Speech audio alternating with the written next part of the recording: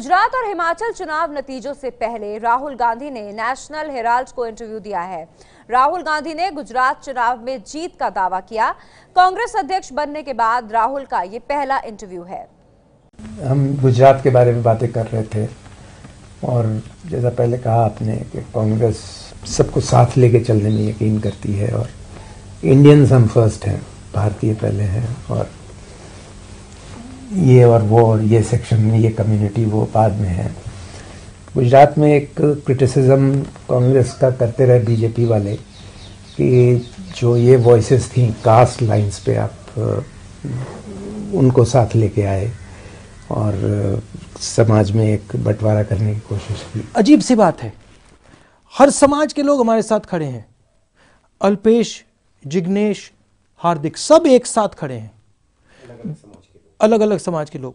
शुरुआत में बीजेपी कहती है कि हम ओबीसी मुद्दे पे ये चुनाव लड़ेंगे, तो अजीब सी बात है, कहते वो हैं, बांटते वो हैं और फिर हमारे बारे में कहते हैं कि हम बांट रहे हैं। You were able to break this perception Gujarat में? We were able to. The point is, Hardik is a Patel, Jignesh is a Dalit, Alpesh is an OBC. All the communities got together on the Congress platform.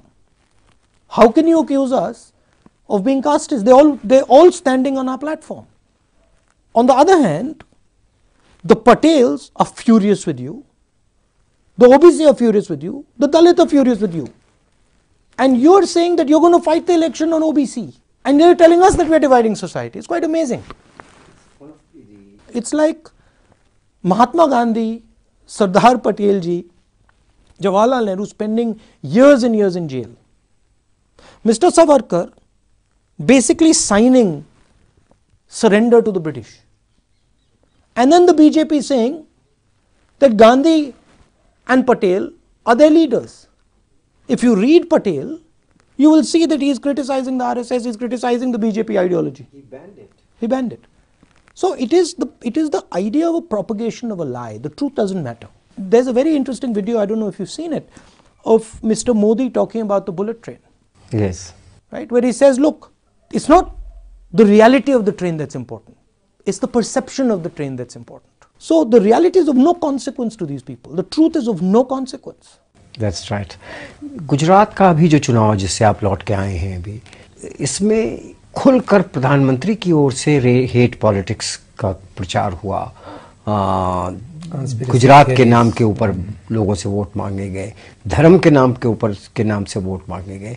एक प्रधानमंत्री के स्तर के ऊपर ऐसी बातें करना, how do you react to this kind of campaign? उनका आप हिस्टोरिकल रिकॉर्ड देखिए, प्यार से तो उन्होंने कभी बात किसी के बारे में नहीं की है। आप हमारी पार्टी को छोड़ दीजिए, उनकी पार्टी को देखिए, हर चीज के बारे में नफरत से बात करते हैं। ये उनकी फिलॉसफी है, ये इनको सिखाया गया है, सालों से इनको सिखाया गया है। एक्स प्राइम मिनिस्टर के बारे में जिस प्रकार इन्होंने बोला, मनमोहन सिंह जी के बारे में उनको ये इल्जाम लगाना कि पाकिस्तान के साथ में बैठ के लोगों के साथ बैठ के षड्यंत्र कर रहे थे। जिस व्यक्ति ने अपनी पूरी जिंदगी दी है हिंदुस्तान को, 90s में हिंदुस्तान की इकोनॉमी को खड़ा किया है, 10 साल प्रधानमंत्री बने, क्या नहीं दिया उन्होंने, और उनके बारे में कहते हैं। और क्यों? थोड़े से वोट लेने के लिए, चुनाव जीतने के लिए। ये तो इनकी स्टाइल है। आपने कहा समाज में हिंसा फैल रही है, आज अपने भाषण में आपने वहाँ कहा, और ये हिंसा बड़े सुनियोजित ढंग से फैलाई जा रही है। इसमें लिंचिंग की भी आपने चर्चा की। तो इस हिंसा का कांग्रेस, जैसा जानते हैं हम, सत्य और अहिंसा इस बुनियाद पर खड़ी थी। इस हिंसा का मुकाबला करने के लिए क्या कांग्रेस के पास अब इतने सक्षम कार्यकर्ता बचे हैं? क्या जगह जगह कांग्रेस का संगठन है? क्या इतनी हिम्मत आप देखते हैं कांग्रेस एक स्टैटिक चीज नहीं है। कांग्रेस एक डायनामिक जीती चीज है। हम कांग्रेस पार्टी के दरवाजे खोल देंगे और पूरे देश के युवाओं को एक अल्टरनेटिव विजन, प्यार का, भाईचारे का विजन हम देंगे, कांग्रेस पार्टी देगी। 2 विजन है। एक, आप हिंदुस्तान में क्रोध फैला सकते हो, गुस्सा फैला सकते हो। 3 साल पहले लोगों ने सोचा था, ठीक है, आरएसएस के विजन की जो कमियां हैं उसको हम सह लेंगे, मगर शायद हमारा फायदा होगा। पता लगा कमियां आ गई मगर फायदा नहीं मिला। आप मुझे बताइए जी, डीमोनेटाइजेशन से किसको फायदा हुआ? गब्बर सिंह टैक्स से किसको फायदा हुआ?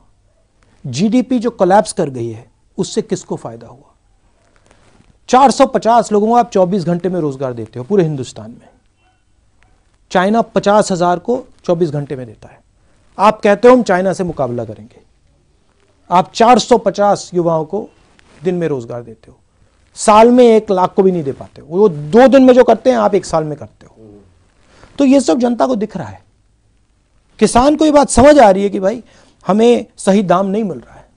किसान ये देख सकता है कि 3-4 लाख करोड़ रुपए 10-15 लोगों के माफ हो रहे हैं, किए जा रहे हैं, और जब हम मांगते हैं तो हमें अरुण जेटली जी कहते हैं भैया आपका कर्जा माफ करना हमारी पॉलिसी नहीं है।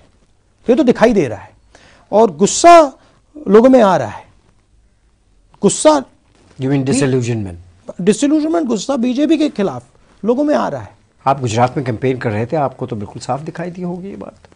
कल मैं दिल्ली में कहीं जा रहा था, ऑटो रिक्शे वाले ने मुझे ऐसे रोका, हाथ जोड़ के कहता है राहुल जी आप हमें इन लोगों से बचा दीजिए। ये हालत है। इन लोगों ने तो हमारी जिंदगी तबाह कर दी है, खत्म कर दिया हमें। 50 रुपए मिलते थे अब 25 मिलते हैं। तो ये हालत है और देश को दिख रहा है। यानी बैंकरप्सी सी है। ये है एबीपी न्यूज़, आपको रखे आगे।